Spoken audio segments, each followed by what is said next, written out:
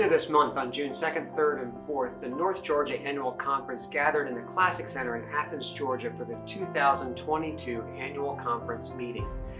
It was our first in-person gathering in 3 years. Presided over Bishop Sue Halpert Johnson, our theme for the conference was a place for you at the table. Most of you know what I just said, but for some of you, at least some of what I said might have been confusing. You're new to Canon Church and to the United Methodist Church, and so I want to pause just to make sure we're all on the same page.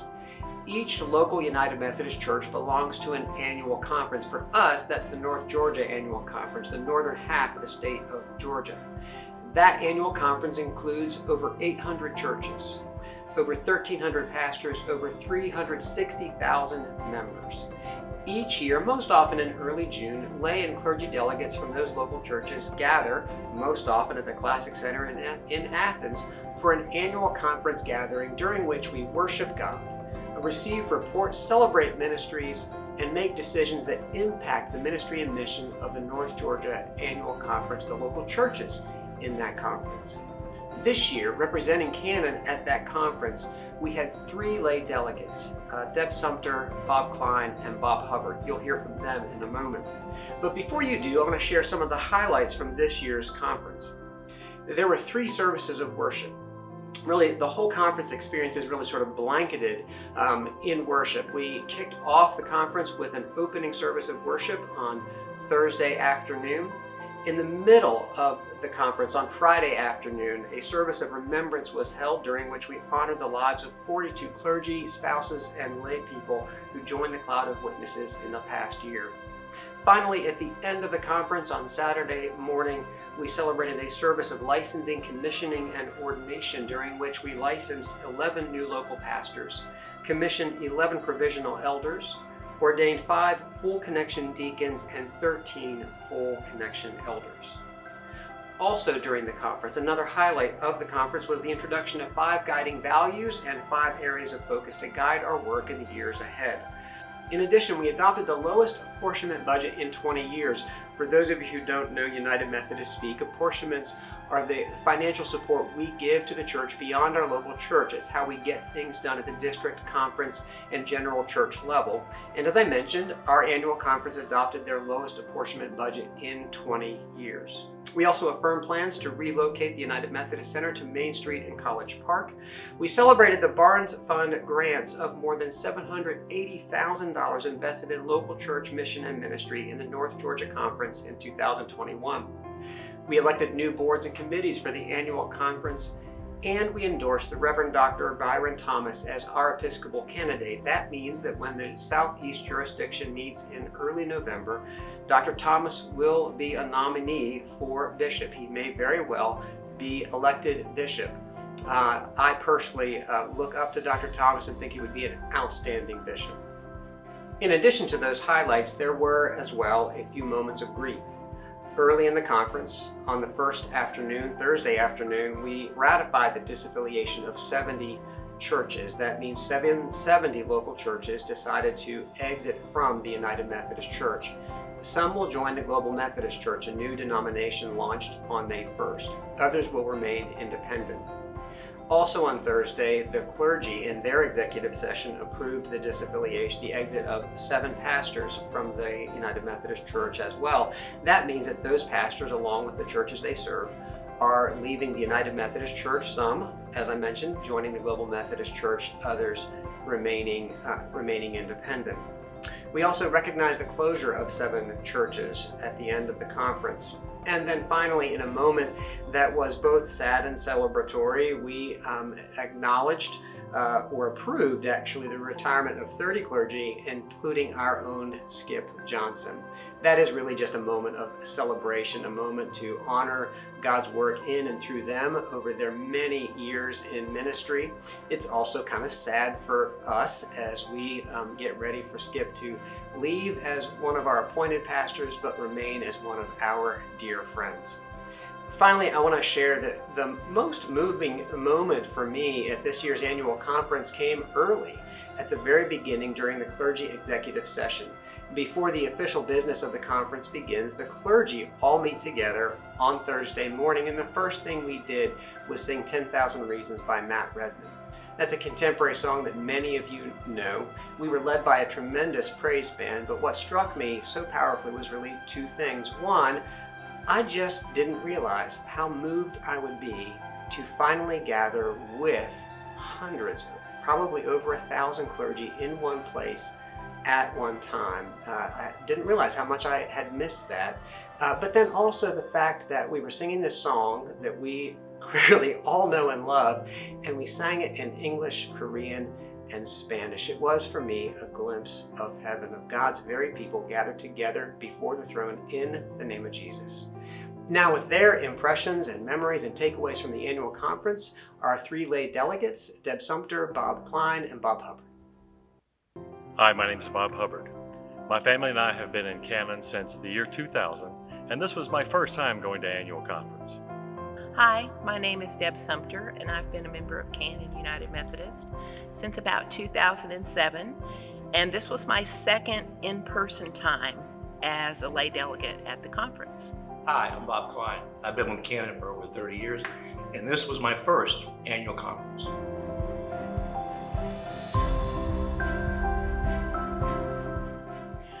What impacted me most about being at the conference this year, other than the fact of being surrounded by over 1,000 other Methodists, and that was just awesome, was the fact that we got to participate in so many meaningful areas of worship, powerful music, fellowship. What I was impacted the most by at my first annual conference was being in worship with over 1,000 Christians. I was amazed by the diversity in the youth, not just in the audience, but in the amount of time they spent on the podium talking and supporting what was going on during that week. The third thing, there were a lot of things. The third thing that impressed me the most, or impacted me, was the sermon by Bishop Sue. It was the first sermon, it was the first church service that we had there. And why I thought it was so important was that it laid all the groundwork for everything that happened after that. It was appropriate, it was timely, and she did a fantastic job in setting the groundwork for what is going to come for the next 2.5 days. What impacted me most about this year's annual conference, I think, was the initial message we had from Bishop Sue. She talked about the time after the crucifixion where the disciples were distraught and they decided to go fishing. And they were out in the boat and sun was coming up and they hadn't caught any fish, but they saw a man on the beach and he was already cooking and fish, and he told them to throw the net over the other side of the boat. Well, pretty soon they realized that that was the Lord, and they caught 153 fish. And Sue talked about the importance of us doing that and hauling these fish, and how the disciples actually took these fish and hauled them to the beach where there are already fish. But the idea is that that's what we're called to do. No matter what else is happening, no matter what change is going on in the church, we're called to haul people into Christ. The second thing that impressed me about annual conference was our first speaker. Russell is the Camp and Camping Ministries. Russell Davis, I believe is his name. And he talked to us about Camp Glisten, which is very close to my family's heart. Camp Glisten is a wonderful place where children can come and actually see people modeling Christian actions. And he talked about, as he talked to his staff and the people there, getting people from what they call bibs to aprons. So getting people from being served into an attitude where they can provide service to people, and then helping them along that journey. And those are the two things that really impressed me the most about annual conference this year.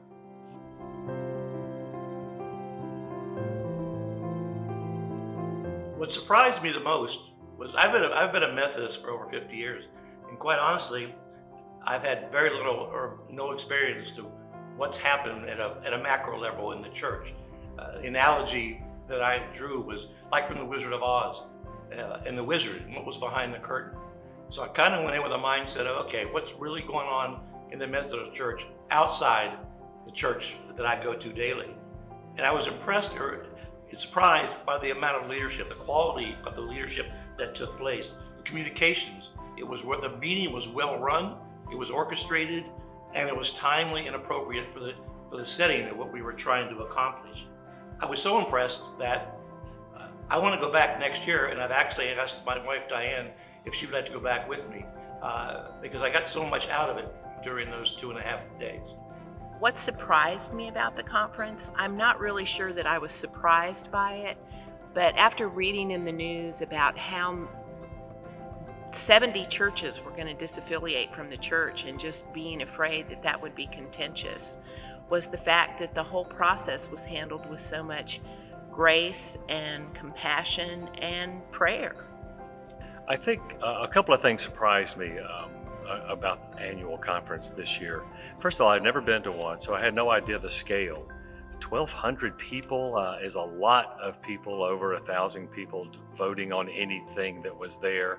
That surprised me, and I think I was a little surprised at how detailed financial discussions there were. That made me very happy to see that we were so transparent and that we were discussing detailed financials at a gathering that was this big. I've had some experience in my professional life of putting on big events like this, and I was also not so much surprised, I was very impressed at how professionally everything went. Everything from the visuals to the every microphone was hot when it was supposed to be. Every person was where they were supposed to be. So just the professionalism with which everything was done was very impressive as well.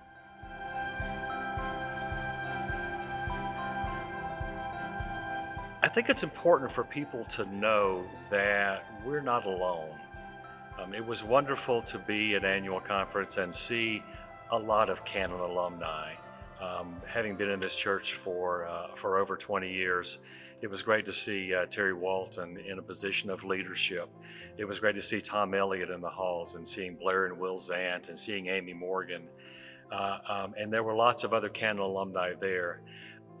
I think in times of difficulty, like everyone has had over the last few years, I think there's a tendency for us to feel isolated, to feel like we're alone, and to feel like that we don't have any help. I think that's not the case. I think it's important for people to know that the United Methodist Church in North Georgia is working very hard every day to help all of the churches, and that includes Canon. You know, we have been a strong church in this conference for many, many years.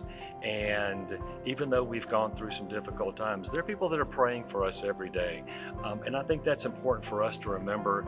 And so when we get maybe a little down, on the things that are happening, we can know that there is there's just a bunch of people that are out there pulling for us and praying for us.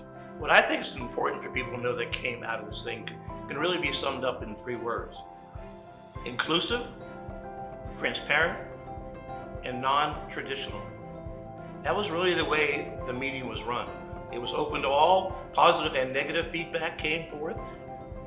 The theme of the conference was a place for you at the table where the only person who judged was Jesus. And that the theme and that impacted me. The other comment that was made, and I'm going to read this one, is be disciples that make disciples, focused on 5 areas of focus, if you will. The 5 areas that they talked about were scripture, literacy, health and well-being, community engagement, racial justice and healing, and new faith opportunities. To me, those are 5 appropriate things to be focused on going forward. And that was really the thrust of the whole meeting, going forward, not looking backward. One of the most important things about conference that I'd like to emphasize with people is how much we need youth and young adults to start participating in this. And so I would just encourage anyone who has a desire to experience this to let somebody know and be a lay delegate next year.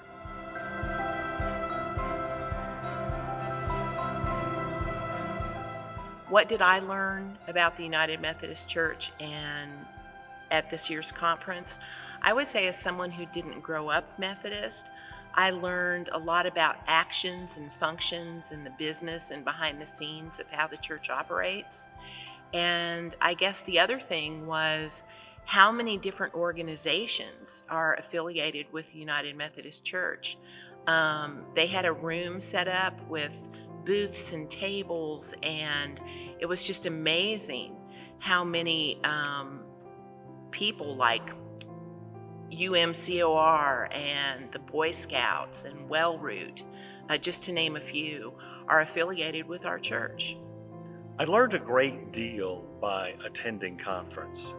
I learned that the United Methodists in North Georgia are a very eclectic group of people. There were young people there were old people there were people of all across the spectrum of God's believers there. I was impressed that the group there was serious and earnest, but not really pious. I felt like that everybody had the chance to give their say. I think that as we went through the 3 days, that our message and our desire to bring people to Christ cut through everything else that was there. I think that was something that was a very important piece of that. I'm very glad I was able to attend, and I hope to be able to attend again in the near future. What did I learn about the UMC or North Georgia Conference? There were a lot of things, and some of this is a little repetitive, but the depth of leadership, the quality of leadership that took place during this meeting, was very impressed with. I have been to a lot of conferences over my 40 years of business, and this was by far the best run, the most appropriate, and the most forward-looking conference that I have ever been to. Just as a matter of information, I didn't know this, but do you know how many members we have in the conference, Methodist members? 350,000. How many attend every Sunday? 60,000. And here's the kicker. How many attend streaming? Over 95,000. Those were numbers that I had no knowledge of. I just thought they were kind of interesting. The other comment that I want to make is one of the comments that was made, I can't remember if it was in Bishop Sue's or another sermon, was this, and it was, the life of the church is to be one that works against social distractions and status. And I think that goes hand in hand with the church is looking forward to doing going forward. So, thank you.